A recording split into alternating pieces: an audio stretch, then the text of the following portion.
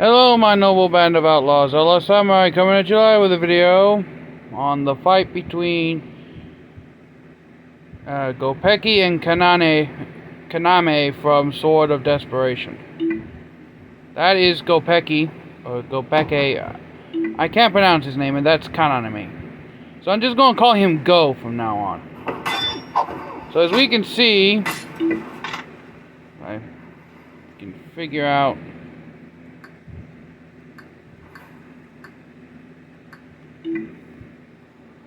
Okay, here we go. So we can see Go has the katana and Kaname is using a wakizashi. Now keep in mind where this fight is taking place. It's taking place indoors. That's going to be very important for the comparison between these two. Now watch as Go actually has to restrict his strikes because of the area he's in. Go has to restrict his strikes to either forward stabs or very small slashes, while Kaname is able to cover a much wider attack range because of the shorter sword. And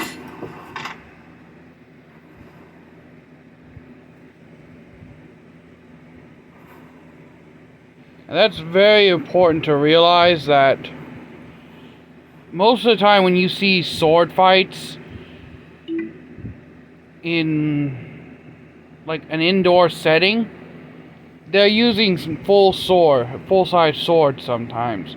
And the big thing about that is, with a full-size sword, you have to keep in mind the fact that you have walls, ceilings, and especially with Japanese-style buildings, you also have paper inner walls that the sword could get caught on in mid-swing. So here these two are again restacking each other up.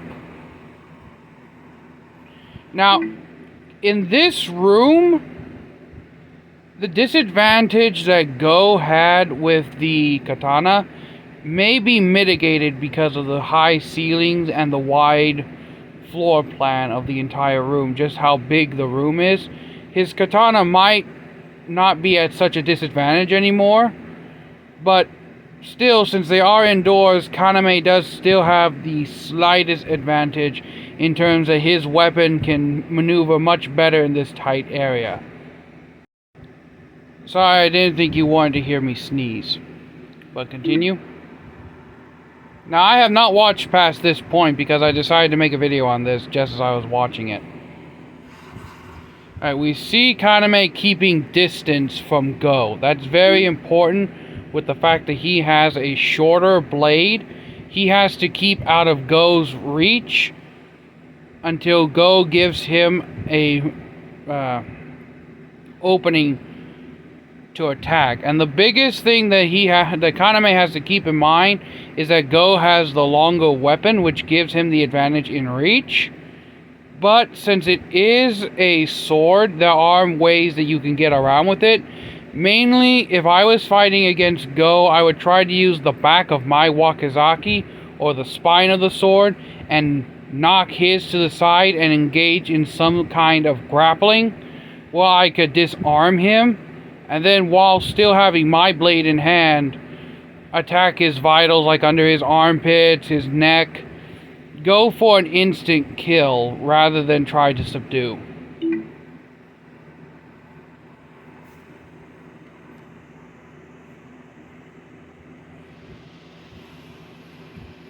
Again, sizing each other up.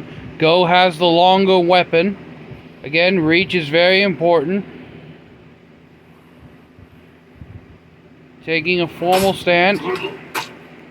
Now, here's the thing. This bind, it's done out the hell in sword movies, but historically speaking, the bind can last for about approximately maybe 5 or 10 seconds. Depending on how the opponent reacts, and if your opponent wants to actually continue to initiate the bind, like he's forcing the bind, which you don't really see the bind a lot in Japanese swordsmanship. It does exist. The stereotypes of Japanese swordsmanship doesn't have any kind of thrusting techniques or binds is not true. It's just not commonly used in Kenjutsu as it is in HEMA and European martial arts. And what he's doing is actually breaking the bind by continuing to push Kaname's sword back, and Go's pushing his sword into Kaname's arm. This is actually a very viable technique, considering the fact that Go is taking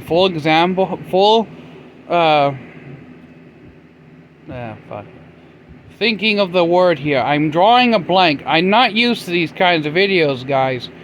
But Go is actually using the advantage, that's the word I'm looking for. The advantage that his weapon is bigger and can exude far more force than Kaname's. And he's also using the strong of the blade, the part of the blade closer to the Suba. And by doing that, he's able to get a hell of a lot more leverage against Kaname, especially with the fact that he has a much bigger sword with more weight and mass that helps push back Kaname's lighter Wakazaki.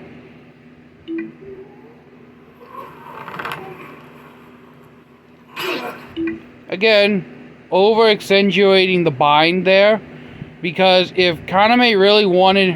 Kaname's best bet in that situation wouldn't really be to push the blade up like he did, because if Go has the reflexes, and I'm assuming that he would if he's supposed to be a samurai of the period, he could easily regain control of his sword and provide a thrust right into Kaname's chest. What I would have done is actually have honestly attempted to Spartan kick him in the gut or kick him in the testicles. I know it's not honorable, but come on, you're in a fight for your life, okay? If you have a choice between kicking your opponent in the family jewels and getting your head cut off, yeah, I'm gonna castrate your ass with my foot every time. But yeah, even the way Go is positioned now, he could easily just take his lead hand off the sword and just do a full power extended thrust right into Kaname. Now Kaname may be able to block it considering his Wakazaki is in the right position, which could leave Go exposed for a counter strike, but Go could also backstep, put his lead hand back onto the top of the grip, and then by doing so get back into a guard position. All the while Kaname really doesn't have to regain control of his sword, since he is using the one-handed sword. And by using a one-handed sword, you don't actually need to worry about regaining control, because you never technically lose control of a one-handed sword, especially of that length. And look, he does actually perform a thrust, and Kaname does. I know the whole twirling thing really isn't done, but here's the thing, if you do it right, you can actually get away with doing twirls in a sword duel. Twirls are mostly used to basically initiate a sidestep and put yourself in a better position to face your opponent. And Go is already gearing up for what I assume to be a slash, or... Now, Go was able to nick Kaname's arm. That's another thing. The spin will allow you to get into a better position at times if done correctly, but it also takes your line of sight away from your opponent, and your opponent can just as easily snipe your arms, your back, even the back of your legs in the middle of the spin. So that's why it's not advantageous in every situation, but there are actual situations where a spin can be used to gain a better position of your opponent. Like Obi-Wan said, "I have the high ground, Anakin."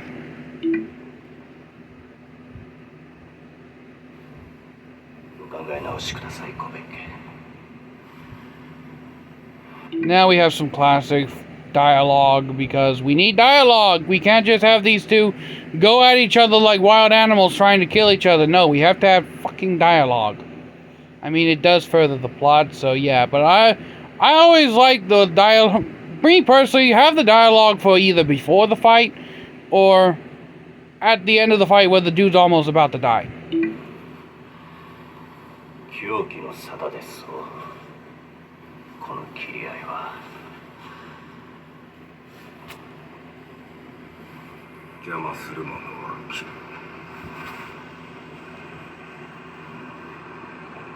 Okay, so Kaname is in what would, in Hema, if I remember correctly, be called a forward guard. I don't remember the Japanese name for it.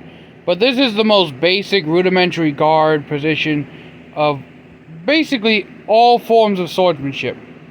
Now, as we can see, Kaname does have an injured left arm, meaning Kaname no longer has the, I believe, no longer has the option of using his left arm to grip the last remaining bit of his tsuka for added leverage against the katana. So it's going to be interesting to see how Kaname makes up for the difference in the weapon sizes with only one arm, because he no longer has the added advantage of having both arms generate strength into one small weapon.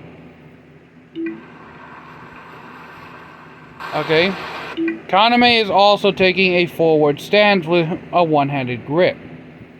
Now, generally speaking, with a one-handed sword in this stance, you would have a shield where Kaname's hand is. But Japanese didn't really adopt the whole sword and shield thing. There were shields in Japan, but they were mostly used for blocking arrow fire.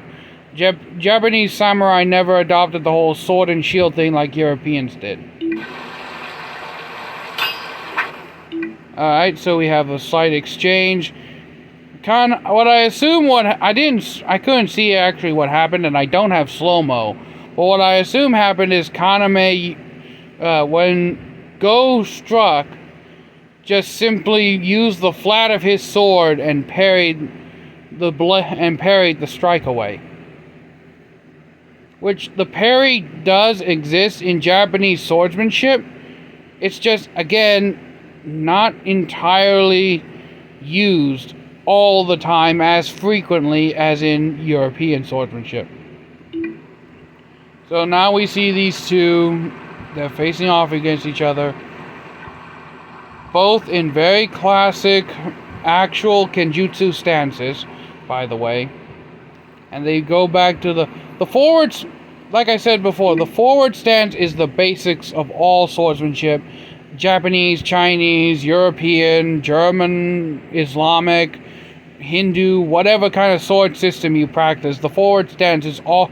There's always going to be some kind of forward stance in those styles. We see them inching ever closer, and here's the thing. A lot of choreographers will have their swordsmen take massive steps and massive overswings.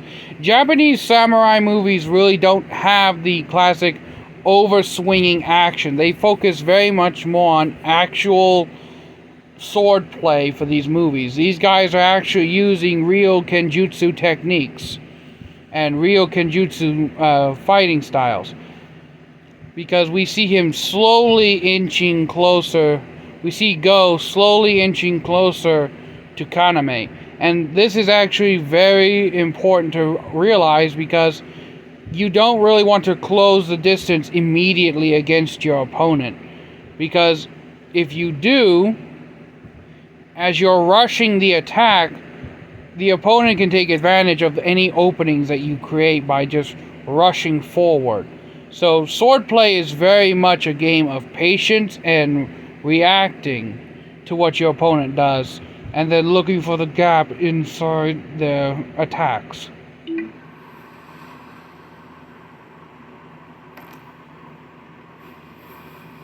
As we said before, Kaname was... There's the parry again! Alright, Kaname parried, and now they're in a grapple. Alright, So we see Go trying to wrench the sword out from Kaname's hands, which is something you actually absolutely want to do if you're in grappling range. You want to get the sword away from your opponent. And we see Kaname, even though he has an injured left arm, he's doing practically the same thing to Go. He's trying to get Go to let go of his katana, which will give Kaname the advantage while he still has his weapon. But depending on how good of a grappler Go is, he may be able to actually also wrench Kaname's sword out of his hand at the same time Kaname is wrenching his.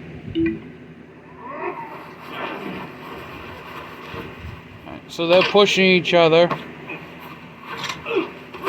Alright, so grappling like this is also somewhat of a bind. And again, they pushed each other off, and now they're getting ready to go into another stance. Which, Kaname's stance does kind of give him a bad start for this next exchange, because of the fact that his foot and knee appear to be hitting the ground. While Go has both of his feet, well, one foot semi-planted, the other foot is just way too high. Right? It's like only his toes are touching the ground. And I get it, he's just now rebalancing himself, but still. Both of these guys aren't in any real solid position at the moment. Right, Kaname made a swipe for Go, using the full length of his grip. And that's actually another technique in not only Kenjutsu, but also Hima, some Hima styles as well, as far as I'm aware, where you grip the sword all the way out at the end of the grip and take a swipe. This extends your grip forward, and in some cases, a swordsman will start holding the blade, like pretend the sword blade comes out of the top of my remote. We'll start holding here, and as he swings, he'll let go, and he'll have the end of the grip and continue the swing, and then all he has to do is drop the sword, let go of the sword for a brief instant, and he's already got his sword re-gripped. I hope I kind of explained that in the right forecast, in the right way, but still. Alright, so here we see another example of the bind. They're both looking at each other like they're pissed off and constipated. Again, Japanese swordsmanship, I'm not going to keep saying the same damn thing over and over again, but this is the classic Hollywood bind almost, where it's like, push each other, so manly, testosterone, I'm trying to hold in a shit while I fight, constipated, angry face look. Real swordsmen would not keep the bind as long as these guys are. The bind, like I said, would last maybe a maximum of 10 seconds, depending on how skilled both swordsmen are, or what techniques they're using to initiate and keep the bind in place. Right now, they're just pushing the bind into each other. Ooh, now that was actually really freaking good. Okay, we're going to rewind that a bit. Alright, so push off. Kaname takes a swipe. They both take a swipe. Oh, I forgot to mention that he also performed the thrust I was talking about before, where you extend the sword all the way out and hold the end of the grip, and then just drop it and it comes back into your hand. That's what I was trying to explain before. But look, we see Kaname. He takes his hand off the blade. Presumably put his hand completely on the grip. Flips the sword around. Now this is a very important aspect, because as he flipped the sword around, both flats are touching. Swords, and I'm really actually disappointed that there's not a whole bunch of edge damage shown on the blade. Yeah, there's blood, but there's no real edge damage. If those swords were actually clashing like they show, that edge would be chipped all to hell. But no, he's sliding his blade down the blade of the Kaname is sliding his Wakazaki down the blade of Go's katana. And here's the thing. Like I said, parrying existed in Japanese swordsmanship. Now this is going to chip the hell out of the habaki, but like I said before, if you're in a life or death fight, you're really not going to be worried about how chipped your sword gets until afterwards. But this, depending on the Tsuba design, may actually be a viable technique. Because some Tsuba actually, even antique Tsuba actually have really big cutouts like that you can get a blade into.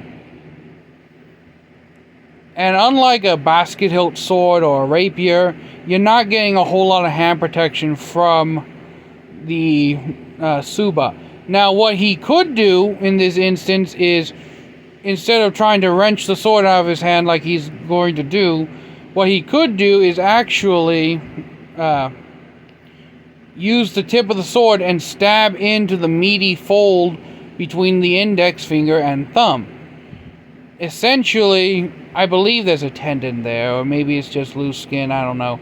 But essentially crippling the lead hand of the sword. But no, this is actually, I could see as a viable technique, especially in this situation where Go wasn't really expecting Kaname to do something like this. And Kaname is able to get the Kasaki of his sword into the cutout of Go's Tsuba. Now, this I'm not happy about, because it looks more like Go just rammed the blade into the wall himself, more than Kaname actually forcing the sword out of his hands.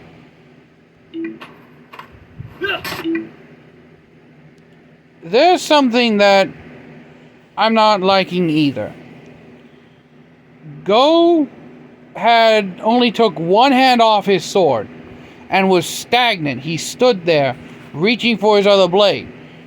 If anyone else is in that situation, I feel like they would have just took both hands off the sword immediately, backed up, and then attempted to draw the other sword, instead of just standing there with the expression like, "Oh, you just wait, motherfucker, I'm gonna get stabbed is what I'm gonna get." And Kaname took advantage of this and ran up and stabbed the bastard.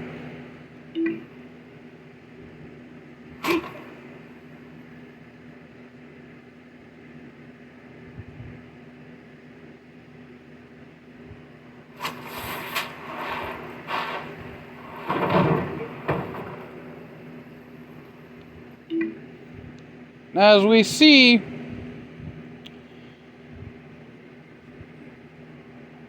I don't really know how debilitating a wound like that would be in real life, but I'd imagine, because I think it's been proven that a human being can be shot in the shoulder blade with an arrow or be stabbed or cut, and with enough adrenaline pumping through their veins, they're not going to notice until they start to calm down. And if these two are in a life or death fight, I can just imagine how much adrenaline is pumping through both of their veins. So getting stabbed like that, yeah, he may be... Because here's the thing, a stab wound like that isn't going to gush blood like they say, like you see in the movies, okay? It's going to pour blood, but it's not just going to gush out like a geyser. Alright? He very much would have been able to continue fighting, I imagine, for about 5 minutes more than right now. That's something realistic, because adrenaline blocks pain receptors, if I remember my biology class right. So while you're hopped up on adrenaline, you don't actually feel pain as much as you would when you are calm. That's why when you stub your toe so suddenly, it's so painful, as to when you're running in an event and your body's pumped full of adrenaline and you trip and fall, and at first it's just a little stinging pain, but in the But after you've relaxed and the next morning after, it's excruciating. I've been there, okay? I've fallen down a flight of stairs at my workplace, and as soon as my body calmed down, it began to... everything from my calf up into my gut started to tense up. But yeah. A little bit of unrealism. I believe a little bit of unrealism right here, especially considering if you look at Boromir from Lord of the Rings, when he got shot through the lung with an arrow, he still was able to keep fighting. Alright? And he's just going to unrealistically drop dead. Motherfucker, you did not lose nearly enough blood to just die straight of blood loss.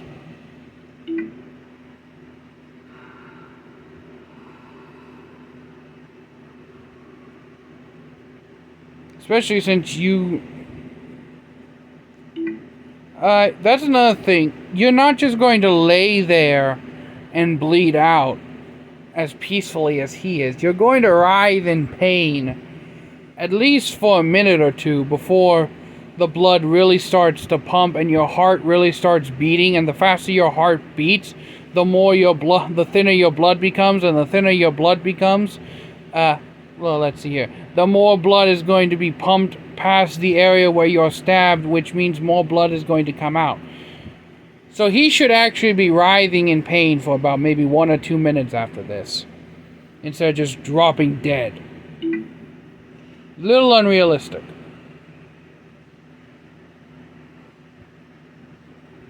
And here's the thing. Kaname may have the more serious injury if you think about it, because he got slashed in his upper arm. And if that's the case, there are a lot of arteries in the arm area, the major one being under the armpit, but arguably you could say Kaname got the worst injury in terms of blood loss, simply because his was closer to a major artery in the body.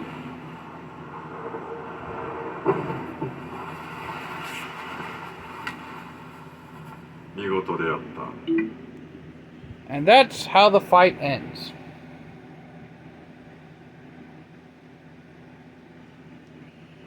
So, I hope you enjoyed my first ever movie fight kind of commentary. So until next time, my noble band of outlaws, outlaw samurai, to all y'all, be crazy rednecks, be safe when using your weapons, and I'm out. Peace. And remember, let's make our fights more realistic, people.